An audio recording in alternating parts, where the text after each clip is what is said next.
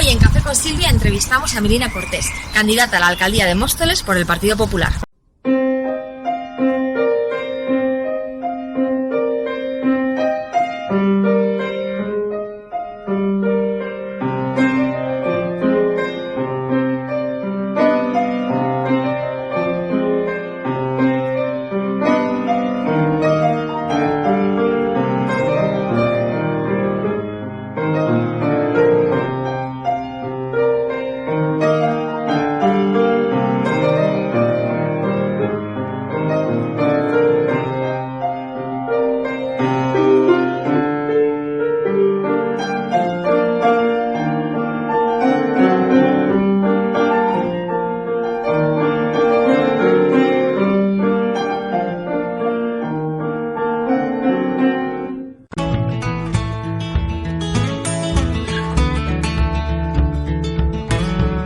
Bueno, Milina, lo primero, muchísimas gracias por atendernos y recibirnos aquí en tu casa. Y precisamente yo, que quiero empezar un poco desde el principio, ¿no? Y que vayamos viendo cosas desde el inicio, me llama la atención el nombre de Milina. Sí. ¿De dónde viene? Pues tiene historia porque mi nombre originario, y lo digo además con orgullo, es Casimira, de mi abuela materna, mi bisabuela. Es tradición, pero sí que es verdad que he tenido siempre muchas dificultades con el nombre porque jamás nadie me llamó Casimira. Entonces no me he identificado nunca con ese nombre. Sí es entrañable para mí asociándolo a mi abuela, que la adoraba. Sí. Pero a mí me llamaban Casimira y no volvía la cara. Entonces, bueno, mi madre no quería que me cambiara el nombre, por una cuestión sentimental, y desgraciadamente falleció no hace demasiado tiempo y me cambié el nombre. Yo a ella no la hice sufrir nunca por ello durante su vida, pero después de fallecer al poco tiempo lo cambié y ahora veo en el DNI mi nombre con el que me identifico, porque yo antes veía Casimira y bueno, tampoco me ha dificultado mi vida, pero no me identificaba con el nombre y es algo importante. ¿Y por qué era? Porque es el diminutivo. Casimirina, Milina, y con Milina te quedaste. Efectivamente, es el diminutivo. ¿Qué pasa? Además, un nombre muy extremeño, ¿no? Pues yo Casimira no lo sé, sé que la saga familiar está ahí, pero tampoco conozco especialmente a muchas mujeres que se llamen Casimira. Sí, en cambio, muchos Casimiros. Sí. Mi tío, por ejemplo. Oye, ¿cuándo llegaste tú a Móstoles? Pues llegué en el año 83, muy jovencita. Me casé un 3 de septiembre del año 83 y mi marido, por cuestiones de trabajo, estaba destinado aquí. Y eligió un municipio próximo a su lugar de trabajo y nos afincamos en Móstoles. Ya llevamos 35 años y aquí, bueno, pues he formado mi familia. Es toda una vida. Y toda una vida he crecido, evidentemente, como persona y como profesional. Me afinqué, pues como tantos y tantos extremeños que vivimos aquí en Móstoles, que se cifran en casi 50.000. Y me identifico porque, bueno, mi acento que me delata, y espero conservarlo toda mi vida. No lo has perdido. Pues comparto quizás esa experiencia de miles y miles de extremeños, de andaluces y de tantos mostoleños hoy día que procedemos de los diferentes lugares de la geografía española y también del mundo. Así que me siento aquí en esta ciudad como propia y como la mayoría de los que hemos venido de otros lugares de la geografía española. Ha sido además muy generosa y muy solidaria. Es una ciudad, bueno, aquí de hecho tenemos, y digo tenemos porque yo me siento muy identificada, ese hogar del extremeño que hace muchísimas actividades, participa muy activamente en la vida pública de la ciudad de Móstoles, y yo los veo y yo me siento también muy extremeña y no lo soy, porque yo soy ya nacida aquí. Eso es lo importante. Pero igualmente toda mi familia materna, y además el apellido también me delata, viene de allí y bueno, pues es una tierra que en cualquier caso siempre se lleva muy dentro. ¿Y hay algo que a ti te llamara la atención de Móstoles cuando llegaste? Bueno, yo soy profesora de instituto, soy profesora de historia y cuando mencionaba esta ciudad era siempre para hablar de los hechos del 2 de mayo, el papel fundamental o protagonista que jugaron los alcaldes con el bando, que enarboraron ese grito de libertad e independencia, y es lo que yo les contaba a mis alumnos en las clases de historia, pero por ninguna otra cuestión. Llegué aquí Fue un cambio en mi vida tremendo porque pasé de la universidad, yo había terminado mis estudios universitarios de Geografía e Historia en la Universidad de Sevilla, y cambié todo, mi vida, mis compañeros de la universidad, el ambiente, la ciudad, y me costaron los primeros años, sí que me costó la distancia y ese cambio radical. Pero luego, si hay algo que tiene la ciudad de Móstoles, y lo diré siempre, es un capital humano. Sí. Inmenso. Es una ciudad tremendamente hospitalaria, sí. Es abierta, es integradora, y por eso me acogieron y me siento como uno más, y de verdad que me siento de aquí. Pero es lo que tú decías, yo mis orígenes, mis raíces extremeños, los llevaré mientras viva. Eso no lo voy a perder nunca. Y entre otras cosas mi acento, que es lo que me delata. Sí, está siempre muy presente, y que lo que digo, que tiene presencia aquí en Móstoles también. Pues ahí lo tenemos en la calle. Eso es lo bueno, los días. Que tenemos el hogar extremeño, como hay la Casa de Andalucía y otras casas regionales. Multicultural. Que de verdad yo no sé si son conscientes de la labor que realizan en el día a día, pero es me parece recuperar, asombroso. Mantener nuestras costumbres, nuestras tradiciones, nuestras raíces, para que las mantengan presentes generación tras generación. Pero lo bonito es lo que tú comentabas, que lo comparten con el resto de los ciudadanos, y entonces se sienten todos un poquito de esos lugares, ¿no? Eso es extraordinario. ¿Y por qué elegiste estudiar Geografía e Historia? Bueno, yo siempre he tenido una inclinación desde bastante pequeña por mi educación, la formación que he recibido, el mundo de las humanidades. A mí el mundo del arte, de la cultura, las letras, ¿no? Todo lo que tiene que ver con el ser humano, ¿no? Su huella, el legado, me ha gustado especialmente. Entonces, por un lado, humanidades, y por otro, vocacional totalmente lo de la enseñanza. Y cada día me alegro más de haber podido estudiar Geografía e Historia. Tuve unos profesores magníficos en la Universidad de Sevilla, unos compañeros maravillosos que me aportaron muy mucho en una ciudad que ya me contaréis el patrimonio artístico y cultural que tiene. Y bueno, esa formación, yo creo que sólida en mi vida, me ha permitido abrirme al conocimiento de otras muchas cosas, y me ha enriquecido como persona, ya no solo académicamente, sino a nivel humano. Me ha aportado muchísimo. ¿Y tú elegiste estudiar la carrera ya con la intención de ser profesora? Sí, yo he prácticamente dado clases desde muy pequeñita. Me ha gustado siempre, y con humildad lo digo, compartir todo lo que he tenido en mi vida, desde conocimientos, soy mucho de compartir. Si no comparto, no disfruto. Entonces, pues, desde que estaba en el colegio, pequeña, en el internado, o luego en la universidad, siempre he compartido, hemos estudiado conjuntamente. El que se quedaba atrás un poco, pues nos ayudábamos unos a otros. Siempre me ha gustado dar clases, enseñar, siempre. ¿Y echas algo de menos de la docencia a día de hoy? Sí, quizás ahora no tanto, porque tengo tan ocupado mi tiempo con tantas cosas satisfactorias, aunque a veces muy complicadas. Ya. Pero sí, el contacto con la gente joven, con los adolescentes, porque como te he comentado, soy profesora de secundaria. ¿De instituto? Yo creo que estoy convencida de que me aportaban a mí tanto más que yo a ellos. Sí, eso es mis disciplinas, mis enseñanzas, también los valores, porque los profesores somos un referente clarísimo para los chavales, para los niños y para los jóvenes. Pero sí, el contacto con ellos, mis clases que me apasionan, las de arte, las de historia, las de geografía, sí, un poquito sí las echo de menos. De todas maneras, sí que ha habido siempre como un vínculo, porque bueno, tú luego has sido concejal de educación, sí, has estado en las comisiones de educación, o sea que parece que nunca te has terminado de desprender de esa vena pues más lazada a lo que es la enseñanza, ¿no? A la docencia, que siempre ha estado, lo has incorporado incluso a la vida política también. Siempre va a estar presente, siempre, porque si hay dos pilares, y esto estoy totalmente convencida, si hay dos pilares básicos en la sociedad, son la educación y la cultura. Entonces, haga lo que haga, me dedique a lo que me dedique, en el ejercicio de mi profesión, o gestionando las áreas de educación y cultura, que me apasionaban.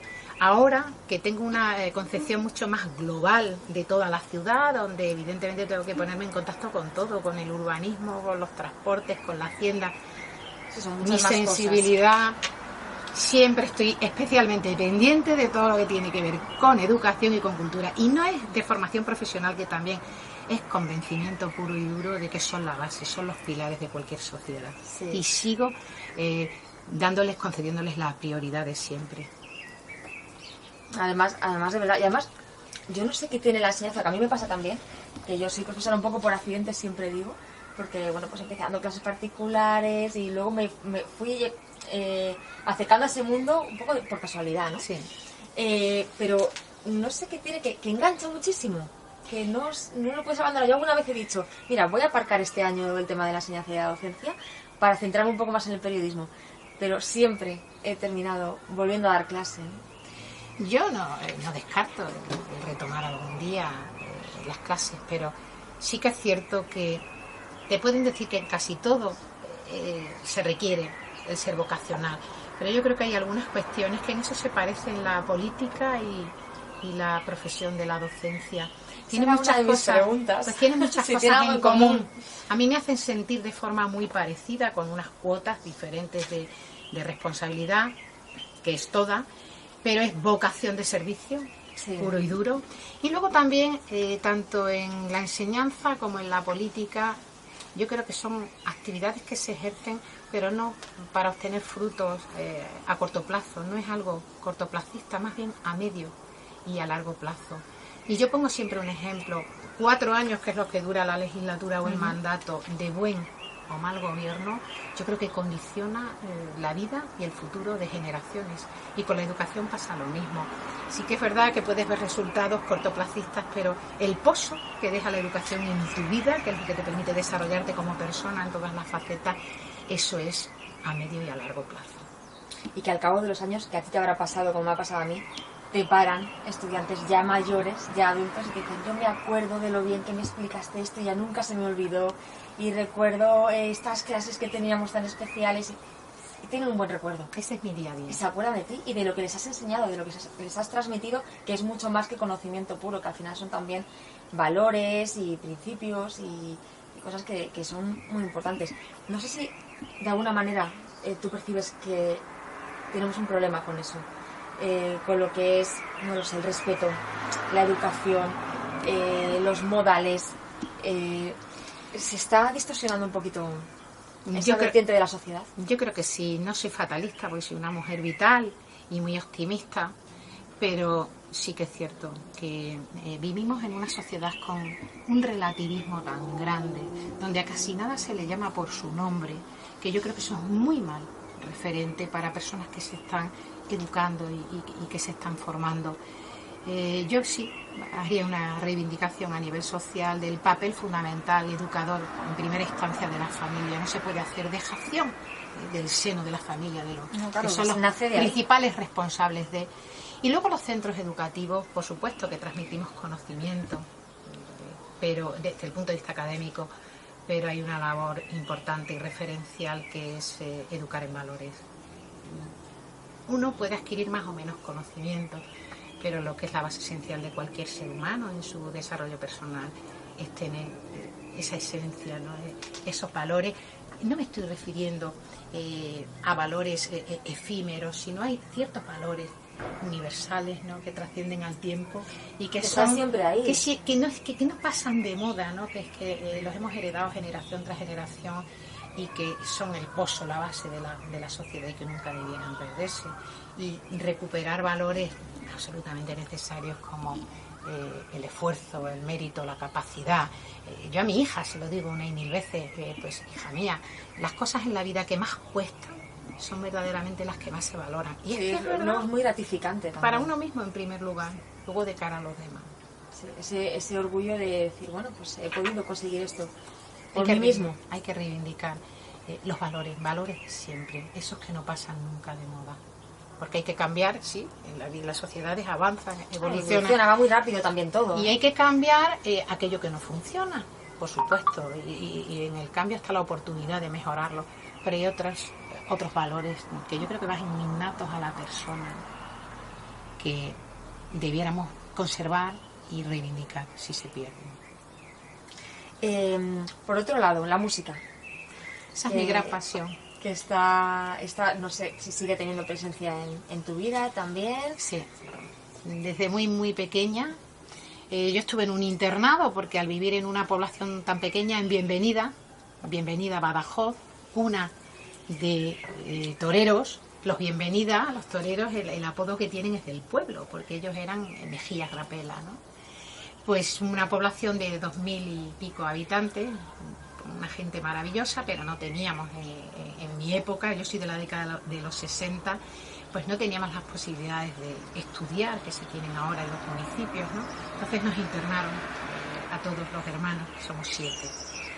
Y tuve una monja que además quiero homenajearla, porque fue tan importante en mi vida, Margarita Moraes, que sigue siendo una gran mecenas de la música, de la que lleva Euterpe, en León creo que es, porque fue ella la que me inculcó desde mi infancia esa pasión y ese amor por la música, que desde entonces hasta hoy me acompaña siempre. Yo, mi guitarra, que tengo los estudios profesionales de guitarra clásica, y luego... conservatorio. Sí.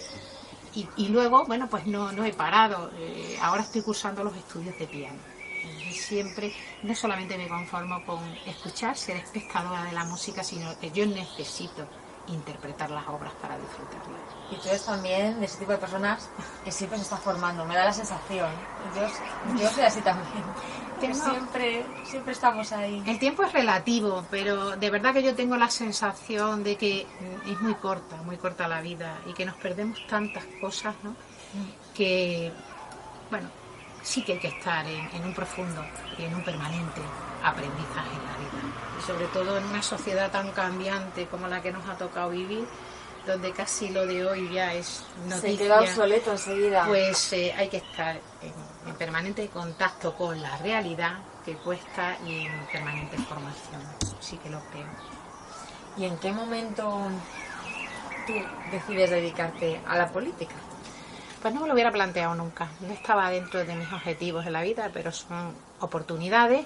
Y un compañero mío del centro educativo en el que trabajaba, Esteban Parro, gran político, sí, gran amigo, el profesor de matemáticas y yo de historia, pues sí o sí.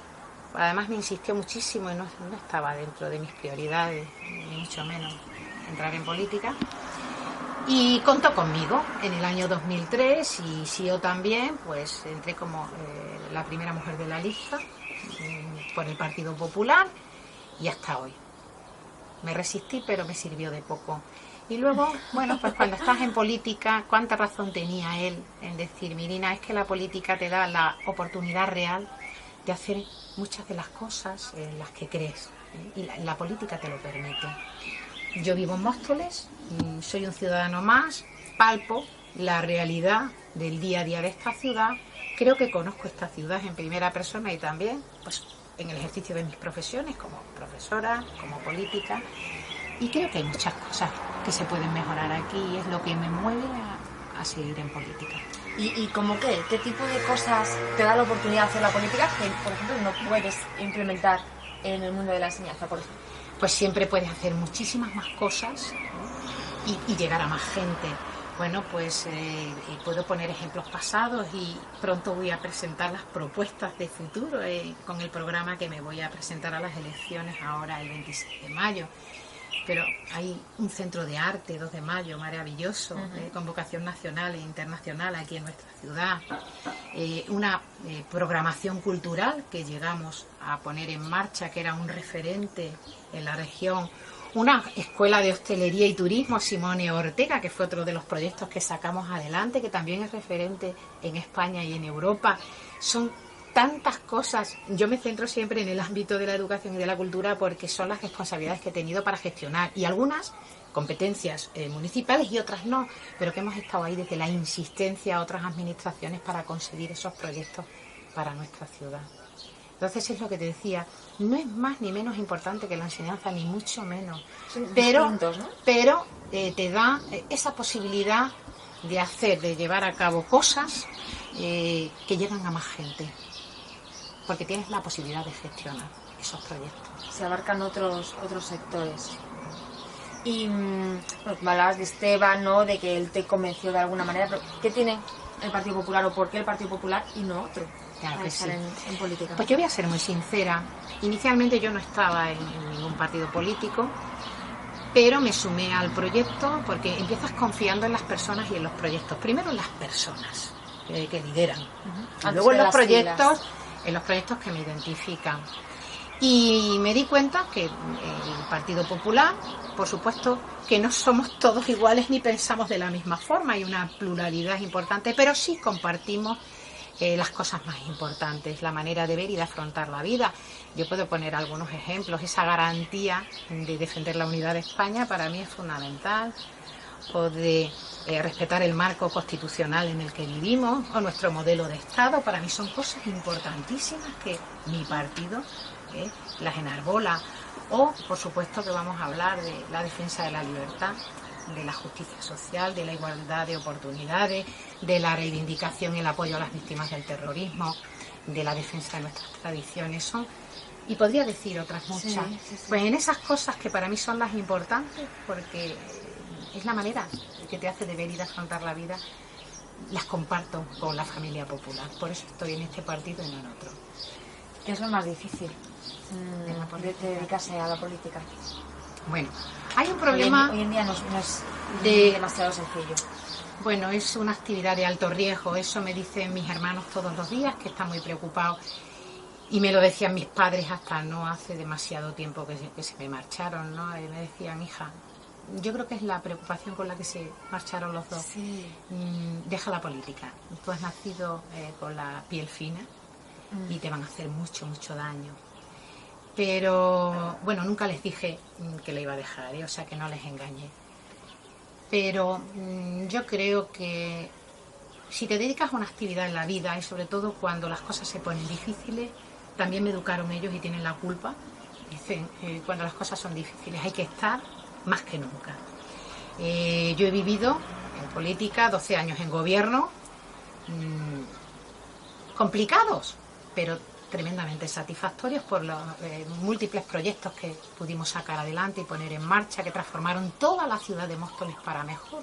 Me siento muy satisfecha de ello. Pero bueno, hay una parte muy negativa de la política, que es algunos, quizás demasiados, se empeñan en mancharla, en ensuciarla. El ver al adversario político como un enemigo, permanente cruce de acusaciones, de insultos. Para mí, la política, como la educación, es de las tareas más nobles que se pueden ejercer al servicio de la sociedad. Y lo que tendríamos es que dignificar la política como debiera ser. Ahora, bueno, pues ya sabemos que es una actividad de alto riesgo, donde lo que prima es la descalificación, el insulto y el ver al adversario político como a un enemigo. Y hasta el ataque y la agresión en muchas ocasiones. Bueno, agresiones verbales todas, linchamientos morales. Bueno, hay infinidad de cosas que a mí me apartan un tanto de lo del concepto de la política que yo tengo y de la que ejerzo. Claro, la política actual, ¿no? Y yo sí que aquí haría una llamada de atención a todos, a mí misma, que tenemos que hacer lo imposible, la sociedad entera, la clase política, por dignificarla. Y por no transmitir esto a generaciones posteriores, ¿no? Que no sea ese el legado que dejemos, el matarnos unos a otros. No, porque vuelvo a insistir, es que la política es un ejercicio noble, tienes que tener una vocación de servicio importante, ¿no? Y te permite, cuando crees en las cosas, con esa dedicación, cuando tienes las responsabilidades, hacer todas aquellas cosas en las que crees y en las que estás convencidos que puedes mejorar la vida de tu ciudad y, lo que es más importante, la vida de los ciudadanos. Y eso se puede hacer en la política. Mira, yo cuando daba mis clases de historia, recuerdo que me cogía siempre la definición de los ilustrados franceses cuando les hablaba de la política y de los políticos, porque claro, yo todavía era impensable el que me iba a dedicar a ello. Y les decía, incluso a veces con emoción y sintiéndolo como propio, que la política era el arte de hacer felices a los pueblos. Hoy día dices eso, bueno, dices no eso, nadie, ¿no? Pero créeme, es triste, que yo hoy día lo llevo dentro, muy adentro, y sigo pensando lo mismo. Aunque públicamente, y yo no sé quiénes me estén escuchando pueden decir, pero bueno, con lo denostada que está la política en los tiempos que corren y la imagen del político, ¿cómo esta mujer puede decir eso? yo sigo pensando que, como decían los ilustrados franceses, la política es el arte de hacer felices a los pueblos. Y seguimos creyendo en la buena gente. Yo creo que la mayoría. ¿Y que es sí, es la mayoría. Creo que sí, que la mayoría. Ahora vengo yo del Parque Natural del Soto, con todas las peñas que han celebrado, como una costumbre, una tradición, el Día del Árbol, ¿no? Y bueno, si hay algo grande en Móstoles, lo que más me gusta de esta ciudad es, como decía, es su capital humano, es la gente. Esa cercanía, ese cariño, como por encima de ideologías, lógicamente, están las personas. Y cierta fraternidad también, sí, entre unos y otros. Y yo, que he estado de 2 horas y media a 3 y hubiera estado muchísimo más compartiendo con ellos, te vienes con esa energía y con las pilas cargadas. Es ese afecto, ese cariño que le ponen. Después ya de tantos años de convivencia, aunque sea una ciudad tan grande, al final, con los colectivos, que tenemos una relación muy estrecha, acaban siendo un poco parte de tu familia y tú de la de ellos. Sí. Eso es lo importante. Y eso pasa en esta ciudad, aunque haya más de 200.000 habitantes. Sí, al final, tan lejos, tan cerca, sí. ¿No? Es un núcleo poblacional muy grande, muy extenso, cada vez más también, porque va creciendo en demografía, pero en cualquier caso, siempre hay esa sensación, ¿no? De cercanía, de hermandad. No sé, yo no soy de aquí, no vivo aquí, pero he hecho vida aquí, porque al final es la ciudad más próxima a mi casa y donde, bueno, pues había que venir para muchos servicios. También estuve en la banda municipal de música, en la banda juvenil, como Mayoret, que tú la conocerás, que lleva tantísimos años, fíjate. La banda de cornetas y tambores. Cuando era joven yo. Y bueno, sí que es verdad que en esos Móstoles no ha cambiado para es muy hospitalaria. A mí una de las cosas que me encanta, me gusta muchísimo mi barrio, este barrio, Estoril 2, es salir a la calle, el contacto con los vecinos, pasearme por los parques que nos rodean, el Parque de Andalucía, el del Soto, pero sobre todo el contacto con la gente. Yo soy un animal social en el mejor sentido de la palabra. Necesito en el día a día interrelacionarme con la gente y sentir el afecto y poder dar afecto también, compartir, sobre todo lo bueno. ¿A qué has tenido que renunciar? Claro, tenemos la música por un lado, que sabemos que es una carrera complicada, ¿no? De mucho sacrificio, exactamente, de mucha disciplina, es estricto, luego sabes, una carrera universitaria, la dedicación a la política. Al final son muchas cosas que demandan de mucha implicación, ¿no? Uno no es del todo libre nunca en la vida para elegir, pero lo que sí he tenido muy claro desde pequeña es que en la vida, para tener unas cosas, siempre tienes que renunciar a otras, y que, bueno, la felicidad, los momentos de felicidad en la vida, sobre todo, se sopesan cuando uno ha tenido el acierto de saber elegir bien y de haber renunciado a cosas que no eran tan prioritarias. Yo no me puedo quejar, tengo una vida intensa.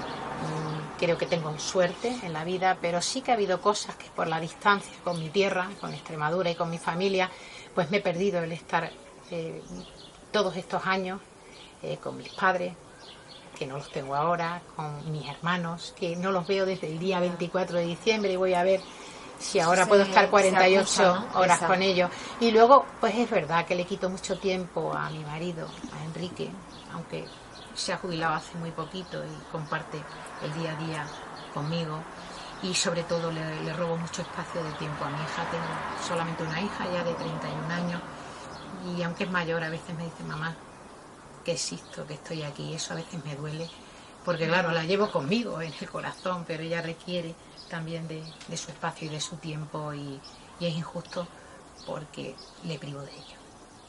Eso yo creo que nunca se recupera. Es complicado cuando a veces uno quiere abarcar y quiere llegar a todas partes, pero como humanos que somos no podemos. Bueno, hablábamos antes de la conciliación, claro, de un poco a lo que una se enfrenta cuando son tantas cosas, tantas cargas, responsabilidades, obligaciones por todas partes, y el día tiene solo 24 horas y no llegas. Yo he tenido también suerte, sobre todo es importante en la vida de todos la persona que eliges para compartirla. Y yo en el tema de la conciliación tengo la inmensa suerte de que mi marido, Enrique, no solamente la ejerce día a día, sino que él la reivindica. Es que se ocupe, es que hay un reparto, una redistribución de las tareas donde, bueno, pues según van surgiendo o de forma planificada, está muy claro dónde debe estar cada uno y no hay ningún problema. No lo ha habido nunca. Y mira ¿Habéis organizado? Sí, yo tengo ahí una suerte inmensa como mujer. Sé que hay mucho que reivindicar todavía en la sociedad por llegar a esa igualdad real, estamos en el camino, que no es una opción, que es un derecho. Y yo desde donde esté, toda mi vida lo reivindicaré, pero he tenido también suerte porque formo parte de una familia tradicional y mis padres siempre nos han dado las mismas oportunidades, exactamente igual, a las tres a los chicas hermanos y a los hermanas. 4 chicos, siempre. Pero también entiendo que gran parte de las mujeres de mi generación no han tenido la fortuna que yo he tenido. Entonces, bueno, tenemos que seguir trabajando. Hemos avanzado mucho, pero hasta que no exista esa igualdad real tenemos que seguir. Y escucha, bueno, empiezas una carrera política, estás en política, estás dedicado activamente a ello, y ¿cómo das el paso primero para presidir el partido? ¿Eso cómo llega? ¿Y de qué manera? ¿Y por qué? Pues complicada. Pues son decisiones valientes también, ¿no? Al fin y al cabo. ¿Qué te diría yo? Han sido 4 años o están siéndolo en el aspecto político muy complicados, difíciles. Y también lo digo abiertamente, muy dolorosos, porque por encima de todo somos personas. En esos momentos de dificultad, pues quizás lo más humano es dar paso atrás y marcharse. Pero bueno. Y la tentación está siempre ahí, ¿no? Sí. Habrá tenido días de decir, mira, no me compensa. Yo sola personalmente y también hablándolo con mi familia. Pero bueno, yo tengo compromiso con esta ciudad, lo tengo con mi partido y en momentos de especial dificultad he decidido dar un paso adelante. Me presenté a las elecciones a la presidencia del partido, hubo 2 candidaturas y bueno, pues resulté elegida, confiaron en mí gran parte de los afiliados. Luego tenemos ahora mismo una familia popular unida, fuerte, y llegó de forma natural el plantearse la candidatura para las elecciones municipales del 26 de mayo. Los afiliados me apoyan, me respaldan, la dirección del partido también, y aunque eso me ha costado un paso adelante, desde la responsabilidad que tengo, me costó decidirlo porque, insisto, ese peso de la responsabilidad a veces te abruma, te hace sentirte lo que la línea del precipicio, ¿no? Pero no, tengo fortaleza, tengo ganas, tenemos un proyecto extraordinario y un equipo que yo creo que nos da bastantes oportunidades de poder recuperar el gobierno de la ciudad por el deseo puro y duro de intentar mejorar la vida de los ciudadanos. Ese es el objetivo fundamental. Esa es la finalidad. Sí. Pues Mirina, si quieres añadir algo más, es tu momento para lo que quieras decir. Pues bueno, yo creo que hemos mandado muchos mensajes a lo largo de la estamos entrevista, en pleno momento de ahora para las generales de campaña, y las que nos afectan de manera directa, también las generales, porque afectan a todo el país, pero sobre todo en clave local, pues empleándonos a fondo en un momento complicado donde nuestras siglas, bueno, pues no están precisamente al alza. Pero vamos a intentar compensarlo con el conocimiento que tenemos, con la experiencia y con un proyecto que es el proyecto de los ciudadanos, porque concretamente lo que recojamos en el programa electoral son las demandas y las propuestas. Sugerencias, ¿no? Que recojo todos los días en la calle, que es lo que hago, barrio a barrio, distrito a distrito y vecino a vecino, que es en definitiva de lo que se trata la política, vocación de servicio y a pie de calle. Así que vamos a buscar una oportunidad y es muy posible que finalmente pues podamos recuperar el gobierno de esta ciudad, que además lleva 4 años de abandono y de parálisis, y podamos impulsarla y mejorar la vida de los ciudadanos. Y a eso me debo ahora mismo en cuerpo y alma. Estás entregada. Sí, sí, absolutamente entregada. Pues ojalá que se dé valor también, ¿no? Que la gente empiece a volver a contribuir a dignificar, como decías tú, la clase política, y que también entiendan lo valiente que es y lo difícil al mismo tiempo, que no es simple el hecho de dar la cara, ¿no? Alguien tiene que hacerlo, alguien tiene que ponerse al frente, y no siempre es atractivo, no siempre es fácil, no siempre es bonito. O sea que yo creo que en algún momento pues bueno, volveremos a la situación en la que estábamos anteriormente, en la que el político pues se hacía respetar y era respetado. Y a mí me gusta siempre terminar con una pregunta, que es: ¿qué consejo le darías a alguien que quiera seguir tus pasos, que quiera dedicarse a la política? Bien. Que se lo piense 2 veces, bueno, antes de que sea demasiado tarde. No quiero ser pretenciosa porque no me considero quien para dar consejos a nadie, pero si hay gente, desde personas que se les despierta la vocación de dedicarse a la política, les diría que lo hiciera, aun a pesar de lo complicado y, como decía, hasta a veces lo doloroso que resulta estar hoy día en la política, y la falta de reconocimiento social. Pero yo le diría que adelante, porque es una satisfacción tremenda el dedicarte con entrega, con generosidad también y con compromiso a mejorar la vida de la ciudad, de los ciudadanos y en definitiva de la sociedad en la que te ha tocado vivir. Así que adelante siempre. Pues eso, ojalá cale, que bueno, siempre habrá gente y la siga viendo. Además, yo conozco mucha gente joven que está determinada, decidida a dedicarse a esto. Entonces, bueno, pues está bien que cuente con el testimonio de alguien que lleva toda una vida, muchos años, y que tiene esa experiencia y esa base como ejemplo, que lo puedan tomar como algo representativo. Lo he hecho recientemente porque tengo una sobrina del partido político que yo represento, milito del Partido Popular, es de otro partido político, y me pidió consejo hace unos meses y le dije que por supuesto la apoyaba en todo, y si mi experiencia le podía servir de algo, adelante. Y ahí está comprometida con un proyecto en la ciudad en la que vive, y además que yo creo que con muchas posibilidades, porque es una chica que está muy bien formada, y yo creo que también será político de vocación. Sí, el empuje es esencial. Ya tenemos otra en la familia, sí, que coja el relevo. Al final va a ser de cuna.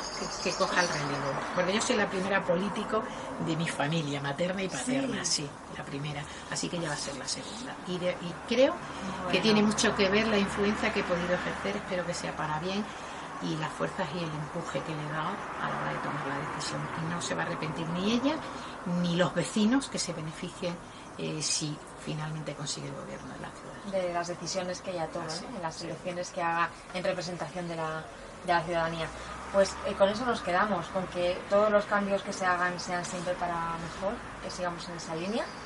Y bueno, pues, las elecciones están próximas, así que yo te deseo toda la suerte del mundo, que vaya muy bien, y bueno, pues que sigamos contando con gente como tú, que se sacrifica y que renuncia a su vida personal o muchas veces a los logros individuales en pro de la ciudadanía, ¿no? Que como hemos dicho tantas veces durante la entrevista, pues no es precisamente fácil. Así que bueno, y yo pues, de verdad que os lo agradezco enormemente, porque bueno, qué menos, somos el altavoz de todo el mundo. Como estamos tan denostados los políticos y la política, pues somos personas de carne y hueso, con nuestras limitaciones, con nuestros defectos, también con alguna virtud, pero sobre todo siempre, siempre con vocación de servicio y de entrega, como digo una y mil veces, por mejorar la sociedad en la que vivimos.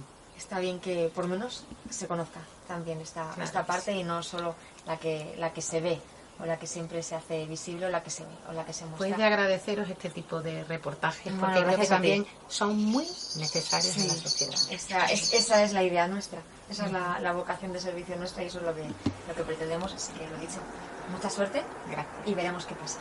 Un placer.